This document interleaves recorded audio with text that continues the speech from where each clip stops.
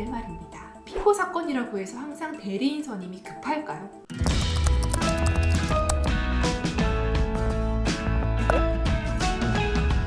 안녕하세요. 이혼상담은 한 변호사에게 이상한 변호사입니다. 요즘 저희 이상한 변호사 채널을 사랑해주시고 저에게 상담을 요청해주시는 분들이 많이 늘고 있습니다. 정말 감사드리고 저희 채널 특성상 꼭 구독은 하지 않더라도 변호사님 영상 많이 도움이 됐다, 변호사님 영상에서 위로를 받았다, 변호사님 영상 하나도 안 빼고 다 봤다는 분들이 계셔서 정말 힘이 납니다. 더 유익한 영상으로 찾아뵙겠습니다. 오늘은요, 이혼 소장을 받아들고 변호사를 방문한 이혼 피고에게 변호사 선임이 급한 사건입니다 라는 변호사들의 말에 대해서 팩트 체크를 해보도록 하겠습니다. 이혼 상담을 하러 가면 특히 소장을 받고 간 피고분들에게는 대리인 선임이 급한 상황입니다 라고 조언하는 변호사님들이 많이 있습니다. 그런데 말입니다. 피고 사건이라고 해서 항상 대리인 선임이 급할까요? 꼭 그렇지는 않습니다. 정말로요, 대리인 선임이 급한 사건과 그렇지 않은 사건을 세 가지씩 나눠서 제가 구분해 드리겠습니다. 급한 사건, 첫 번째, 재판기일이 잡혀있는 사건. 재판기일이 이미 잡혀있는 사건은요, 데드라인이 정해져 있다고 생각하시면 됩니다. 가급적 법원이 정해준 재판기일에 출석을 해야 하고요. 출석하지 않으면 불이익을 받을 수 있습니다. 물론 피고분들 중에는 가끔 변호사님 저는 재판 천천히 진행하고 싶으니까 첫 기일 안 갈게요, 이런 분들이 있기는 합니다. 그렇지만 원칙적으로 재판부가 지정한 재판기일은 출석하는 것이 재판부, 판사님에 대한 예의고 소송 당사자로서의 의무이기 때문에 재판기일이 코앞에 잡혀있는 사건은 빨리 대리인을 선임해서 대응을 하셔야 합니다. 두 번째 급한 사건은요, 상대방과 협의를 시도해보고 싶은데 당사자 간 소통이 안 되는 사건입니다.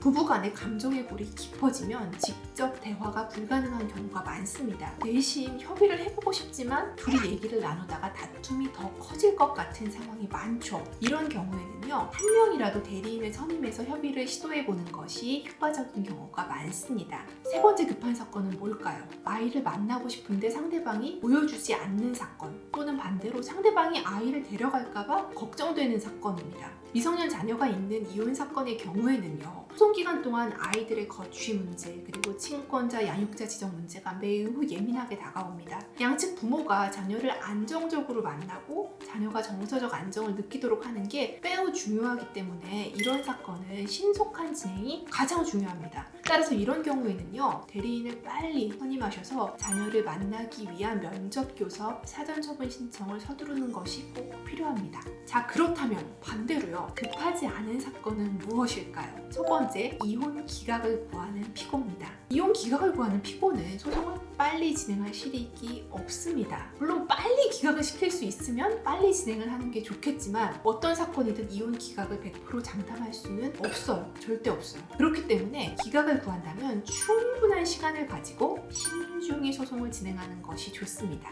혹여라도요, 결국에는 이혼하는 상황이 되더라도 최대한 그 시기를 늦추는 것이 의뢰인이 원하시는 방향이기 때문이죠. 두 번째, 천천히 진행해도 되는 사건 뭐냐면 원고가 증거를 제대로 제출하지 않는 사건입니다. 이런 사건이 있어요. 원고가 이혼을 청구하면서도 소장이 아무런 증거를 제출하지 않는 사건들이 실제로 있습니다. 소송에서의 입증 책임은 원칙적으로 그 사실을 주장하는 측에게 있기에 증거가 없는 사건은 아직 법원이 결론을 내리기에 부족한 상황이라고 생각하시면 됩니다. 그렇기 때문에 원고가 어떤 실질적인 증거, 즉 피고의 유책성 증거를 제출하지 않은 상태라면 소송 진행이 시급하지 않다고 생각하셔도 좋습니다. 마지막 세 번째 급하지 않은 사건은요, 원고가 유책 배우자인 사건입니다. 소위 말하는 원고가 바람을 피웠다든가 하는 유책 배우자인 사건은요, 응소를 천천히 해도 괜찮습니다. 유책 배우자인 원고도 이 소송의 키는 피고가 가지고 있다는 사실을 알기 때문에 피고는 원고가 진행하는 절차에 급하게 협조할 필요가 없습니다. 피고가 이혼에 동의하지 않으면 이혼이 될 수 없기 때문에 원고는 피고의 답변 내용이 매우 궁금하겠죠? 또 긴장되겠죠? 그러면서 기다릴 겁니다. 그러한 궁금증에 최대한 천천히 답변하는 것이 원고에 대한 정당한 복수 내지는 저항일 수 있겠죠.